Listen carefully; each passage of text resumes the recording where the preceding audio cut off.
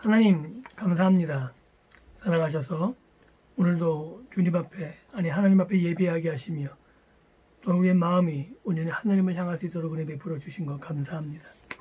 예배를 통하여 우리가 하나님의 다스리심 안에 거하게 도우시고 우리가 예배를 통한 한 주간의 삶이 온전히 하나님께 붙잡힐 수 있는 그런 결단이 있는 복된 시간 되게 하여 주옵소서.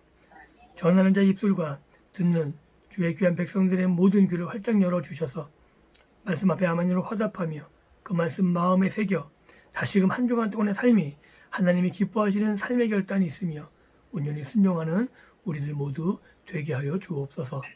감사드리며 예수님 이름으로 기도합니다. 아멘. 오늘은 우리가 읽은 본문 말씀을 가지고 온유한 자의 복, 온유한 자의 복이란 제목으로 말씀을 나누고 함께 은혜 받기를 원합니다.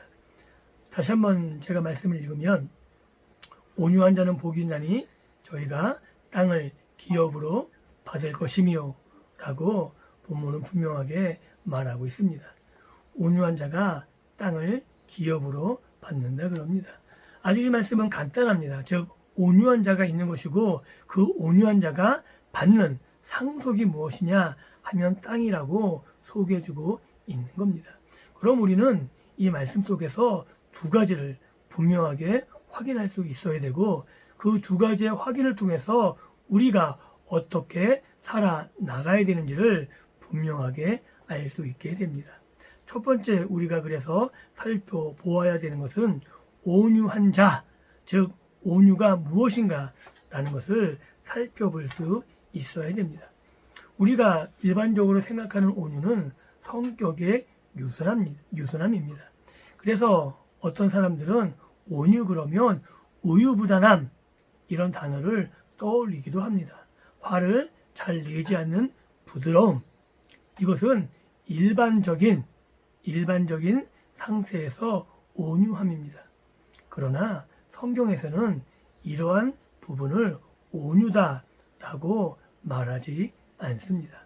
그렇다면 우리가 일반적으로 알고 있는 온유와는 달리 성경에서 말하는 온유란 무엇인가 이 부분을 자세하게 살펴봐야 됩니다.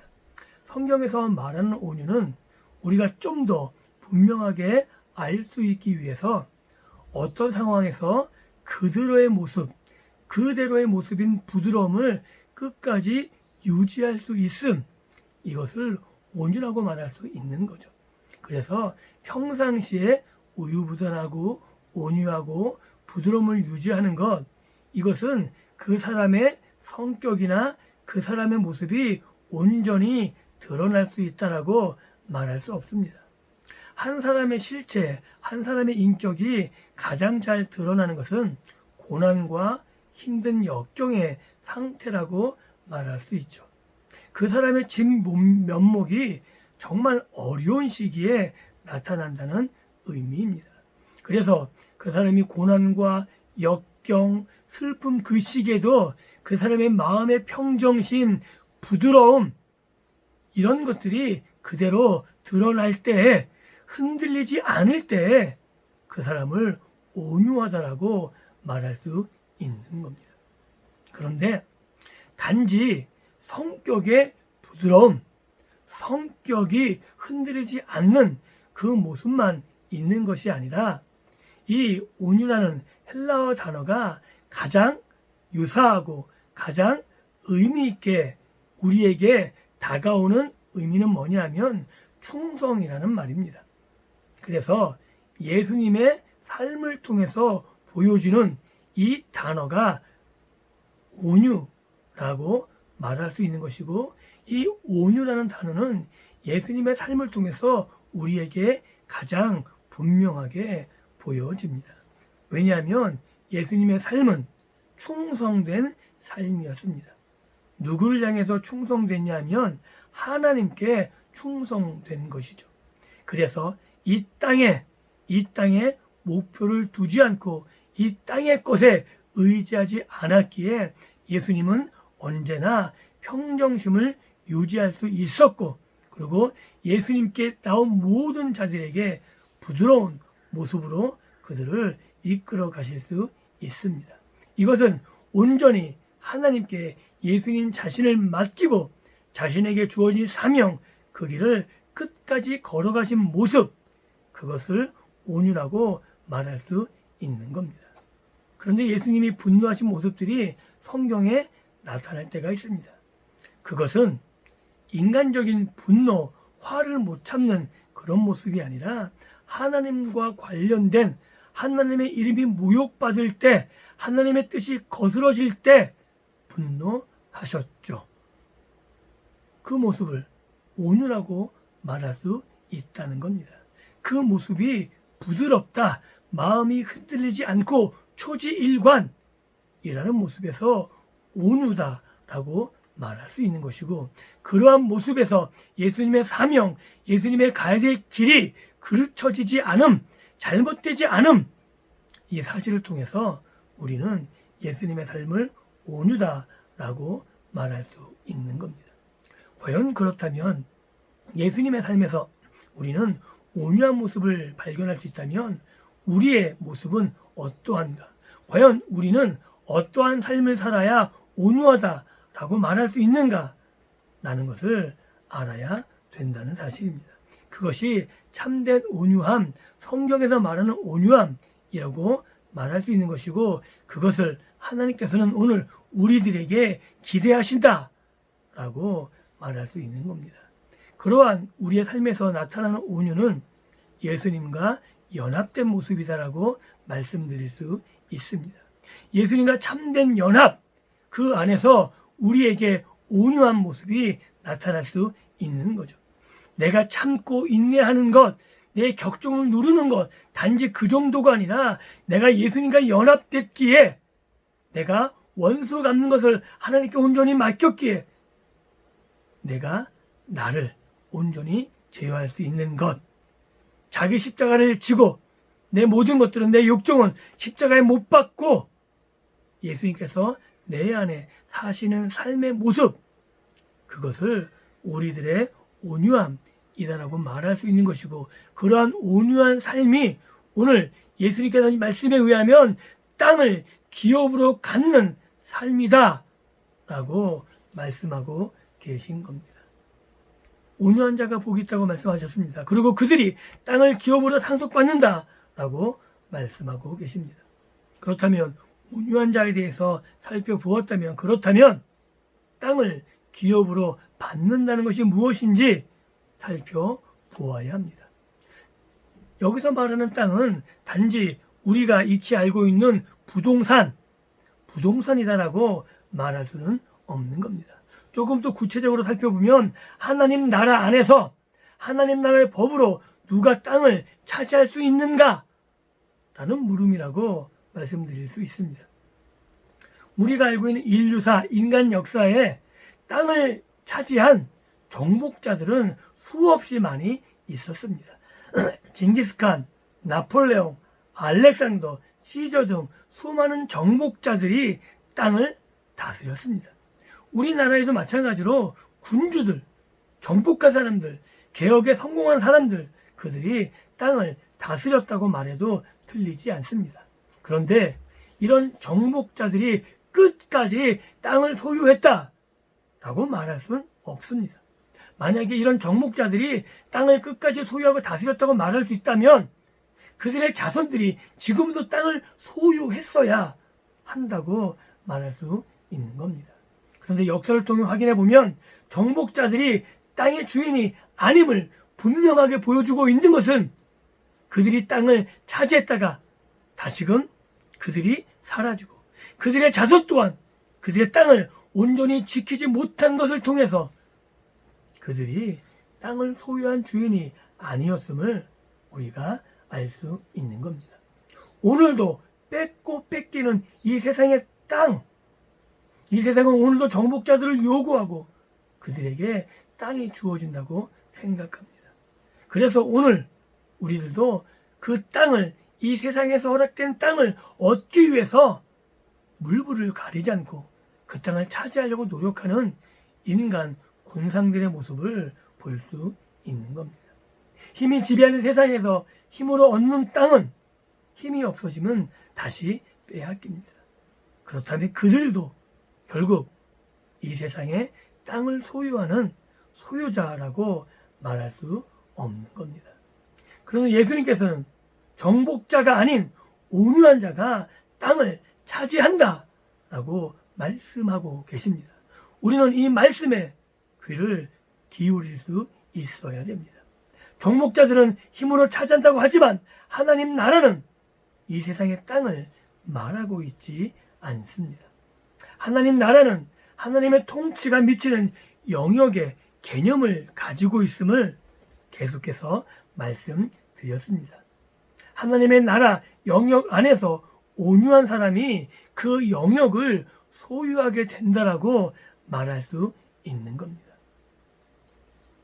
그것을 좀 더 분명하게 하기 위해서 우리가 알아야 되는 것은 땅을 기업으로 받는 사람은 상속자를 의미하는 것, 이것은 분명한 거죠. 그렇다면 하나님 나라의 땅을 상속받는 사람은 온유한 사람이다 라고 말할 수 있는 겁니다. 하나님이 세상을 창조하셨습니다. 그리고 사람으로 하나님이 창조하신 이 땅을 다스리게 하셨습니다. 이것이 창세기에 나오는 명확한 사실입니다.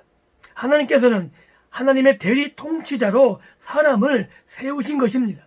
하나님의 뜻에 온전히 순종하는 첫 사람은 하나님의 대리 통치자의 역할을 온전히 감당했습니다. 하나님의 형상을 따라 지음받은 인간 첫사람 아담과 하와는 하나님의 대리 통치자로서 하나님의 모습을 온전히 반영하고 있는데 바로 이 모습이 온유한 자의 모습이다라고 우리는 생각하고 말할 수 있는 겁니다. 즉 하나님께서는 하나님의 나라의 영광을 드러낼 수 있는 사람에게 땅을 맡기셨다, 땅을 주셨다라고 우리는 분명하게 말할 수 있어야 합니다. 그리고 그 사람들이 온유한 사람들인데 그 모형으로 첫사람 아담과 하와를 성경은 소개해주고 있는 겁니다. 그렇게 땅을 소유해서 하나님이 맡겨주셔서 수육해 한 첫사람 아담과 하와가 땅을 빼앗기죠. 그 땅을 빼앗긴 이유가 무엇입니까? 죄를 범함으로 첫사람 아담과 하와가 땅을 잃어버립니다. 그런데 그 죄의 결과가 뭐냐면 그 결과로 온유함이 온전히 사라지는 죄가 관영된 모습을 창세기 6장에서 우리는 살펴볼 수 있습니다. 죄가 관영해서 살인과 폭력과 온갖 그런 악행들이 범람하는 그런 모습에 온유함은 찾아볼 수 없기에 하나님이 맡기셨던 하나님께서 이 땅을 관리하게 하셨던 그 사람을 쓸어 버리셔야 하는 지경까지 갔음을 우리는 창세기를 통해서 확인할 수 있습니다. 인간이 죄로 하나님께서 원하시는 다스림은 사라지고 그 자리를 그냥 이 인간의 군상들, 힘 있는 정복자들이 차지해버리고 말았습니다. 하나님의 원래 계획과 뜻이 사라진 세상, 그 세상을 하나님이 심판하실 수밖에 없었다고 성경은 말합니다. 그런데 예수님이 뜻밖의 말씀을 선포하고 계시는 거죠. 온유한 자는 복이 있나니 저희가 땅을 기업으로 받을 것이며 다시금 하나님의 뜻이 성취될 날을 기다린다 라고 예수님께서는 말씀하고 계신 겁니다. 우리가 창세기를 통해서 살펴보았듯이 땅은 원래 온유하고 겸손해서 하나님의 영광을 나타낼 수 있는 사람들에게 주어진 것이라고 말했습니다. 그런데 지금의 이 땅의 모습, 이 세상의 모습은 하나님과의 계획이 전혀 달라진 모습으로 나타나고 있습니다. 인간이 죄를 지은 이후에 이 땅의 모습은 하나님의 원래 계획했던 모습이 아닌 것입니다. 아담과 하와가 죄를 범하고 땅을 소유할 온유함을 잃어버리자 그 땅에서 쫓아내신 하나님. 그 역사가 반복되고 있다고 말할 수 있는 겁니다.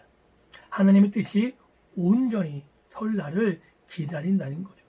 이 세상의 질서가 마침내 하나님의 뜻 안에서 막을 나르게 되고 하나님의 질서가 다시금 세워지는 그 날을 기다리면서 예수님 앞에 예수님의 말씀을 듣고자 온 사람들에게, 그 앞에 나온 제자들에게 선포하고 계신 겁니다. 온유한 자는 복이 있다니 저희가 땅을 기업으로 받을 것임이요.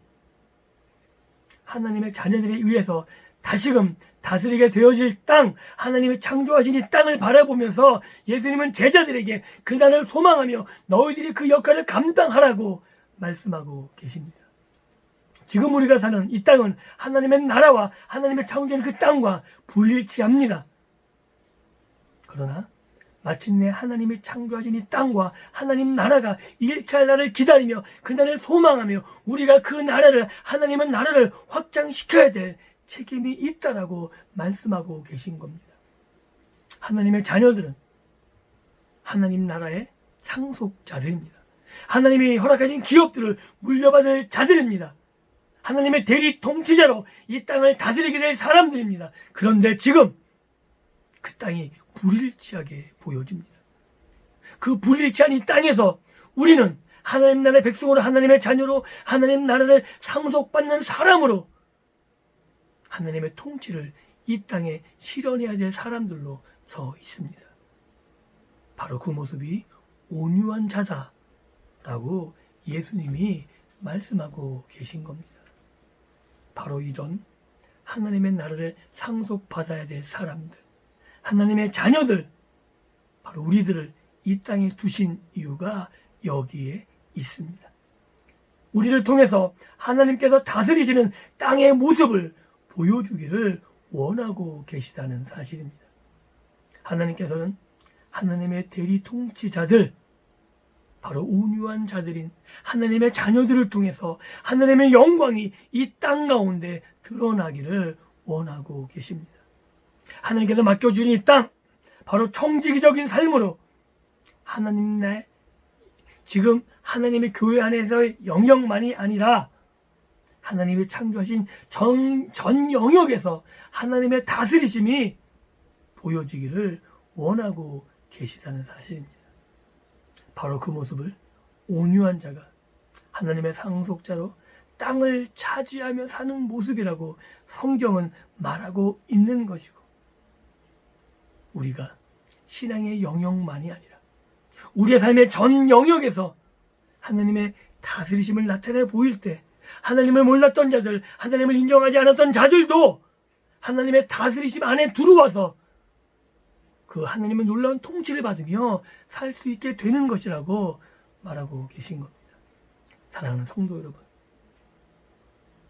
하나님의 통치 안에 들어온 온유한 자로 살아가기를 결단하고 있는 주의 백성들이여, 하나님께 온전히 충성하는 사람으로 이 땅을 살아갈 수 있기를 주님의 이름으로 축원합니다.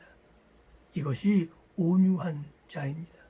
그 온유함이 역경과 고난과 슬픔에 이 세상에 견디기 없는 그 삶 가운데서도 주님을 온전히 신뢰하기에, 주님께 나를 맡겼기에, 내 정욕을 온전히 십자가에 못 박았기에 어떠한 상황에서도 드러난 삶을 사는 모습으로 살아가야 되는 겁니다. 하나님이 우리를 포기하지 않으시고 우리를 인도해 주실 것입니다.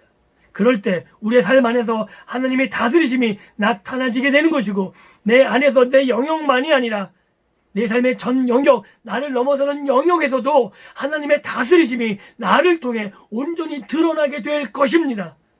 그것이 불완전한 세상에, 아직까지 하나님의 통치가 실현되지 않은 이 세상에 하나님이 우리를 두신 이유이기도 합니다. 그런 세상에 하나님이 우리와 함께 하실 것이고, 우리와 함께 하셔서 하나님의 일하심이 온전히 드러나게 될 것입니다. 그래서 우리의 분노와 우리의 성실, 우리의 욕심으로 우리가 이 땅을 바라보는 것이 아니라 예수님께서 말씀하신 온유한 자, 온유한 사람으로 하나님이 기뻐하실, 하나님으로 말미암아 다시금 새로워지게 될 이 땅을 바라보시면서 우리에게 부탁하신 사명들, 하나님이 우리와 함께 하시면서 우리 앞에서 인도해 가실 그 믿음의 길을 끝까지 걸어가셔서 우리에게 상속될 땅, 그러나 그 땅이 단지 죽어서 얻어지는 땅이 아니라 비록 불완전하지만 우리의 삶의 영역에서 하나님의 다스리심이 온전히 드러나게 되어집니다. 우리를 만나는 사람들, 우리가 가는 그 우리의 삶의 전 영역에서 하나님의 통치가 실현되어지는 그런 믿음의 복된 삶을 살아가는 우리 모든 가족들이, 주의 백성들이 될 수 있기를 주님의 이름으로 축원합니다. 기도합니다.